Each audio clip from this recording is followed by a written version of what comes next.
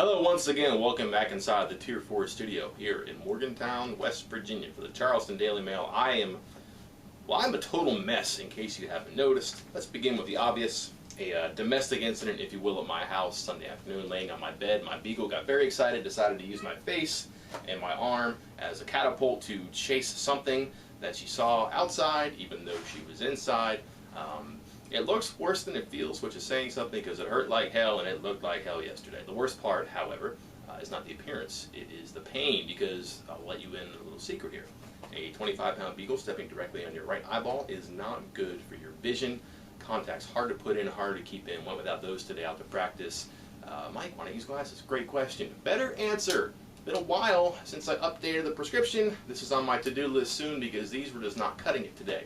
So, decided I would go out. My boss had said, no, Spec, take the day off. We need you during the season. This is just the preseason for you too. I said, nah, they need me out there to see and hear and smell and touch my way around practice with my adult senses as they were. So I did go out there, made that decision, however, after I remembered that I was going to the dentist today, which it turns out was only the second most painful part of my day, thanks to the great Dr. Jan Barber. Numbed me up pretty good. If you see me looking down at my toes, it's to see if my face has, in fact, fallen off my skull. I really can't feel anything to the right of my nose right now, so forgive me for any slips or dips or even drips as I power through right here. Two things I want to touch on before practice from Dana Holgerson's press conference today. One, Dayron Wilson, junior college linebacker who redshirted last season. Actually, he was a linebacker wearing 54. He's now a safety wearing number 28. Again, part of the machinations of this defense here and how things are changing. They moved him down to that spur position. He is practicing because KJ Dillon is not. And maybe nobody has taken advantage of the brief amount of time right now, certainly, or the absence of another person. Then Mr. Wilson did really well the first 3 days, exploded at the end of a scrimmage situation Saturday, tackle for a loss, really nice interception. The coach said, you're on scholarship. Great news for him, obviously. Not great news if you're thinking about the 4 players from the recruiting class who have signed and not yet enrolled. We're talking about Scott, Myers, McCrary, and Angus. They're not here yet, and West Virginia we already knew was close to that max of 85. They've been talking about that. Wilson pushed them one more closer. Maybe they had 5 and they still had room for 4. Maybe they had 3 and now they only have room for 2. Just something to think about as you wait for an announcement of some sort for those 4 players. As of today, nothing new on them. The other situation to keep an eye on, what are we going to do with William Crest? Because there's something afoot. We'll describe this in length here in a minute, but let's begin with Dana Holgerson's comments today. If Crest continues on this trajectory he has thus far established, if he can handle a thin version of the offense, they don't have him doing what Clint Trickett or Paul Millar can do because that's too complex. They just have him doing skin and bone stuff. And if he can add meat to the skin and bones, they'll pour more onto him and he'll handle more. So it's going to start small and it could expand gradually. How much? That's up to Crest.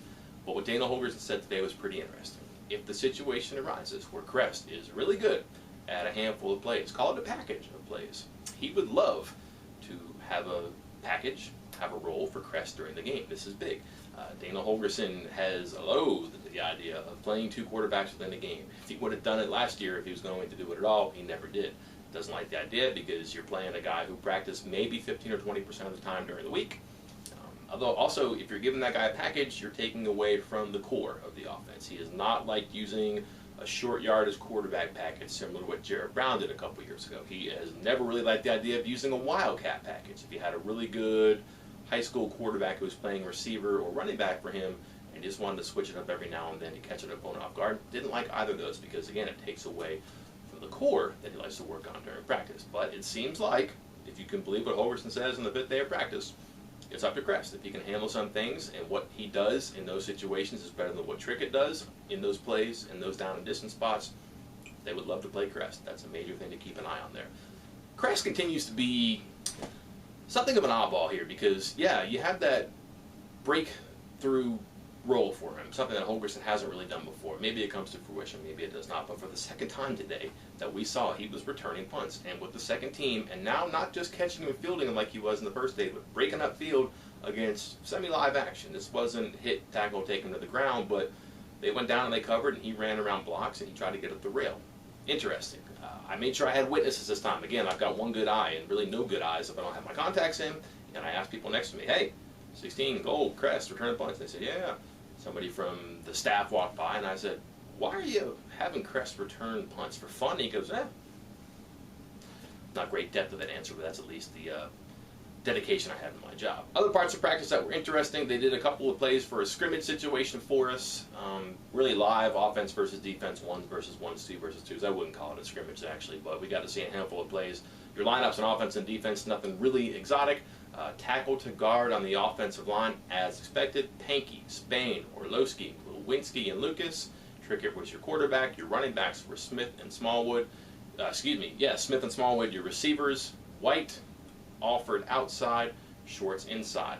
First play went to Smith, inside run. By the second play, Smallwood was lined up outside, and Trickett threw an interception into coverage. The defense, again, not a lot of surprises, but two things to note. Your ends, Christian Brown and Dontrell Hyman, who was absent from that first nebulous two deep on the opening day of practice. The nose was Kyle Rose. Linebackers, Wes Tonkery, Nick Witkowski, and Isaiah Bruce. The corners, Daryl Worley, Ickey Banks. Your safeties were Joseph, Wilson, and the freshman, Draymond Henry, who had the interception of Trickett on the second play. And whether or not it was a coincidence, we were kicked out right after that.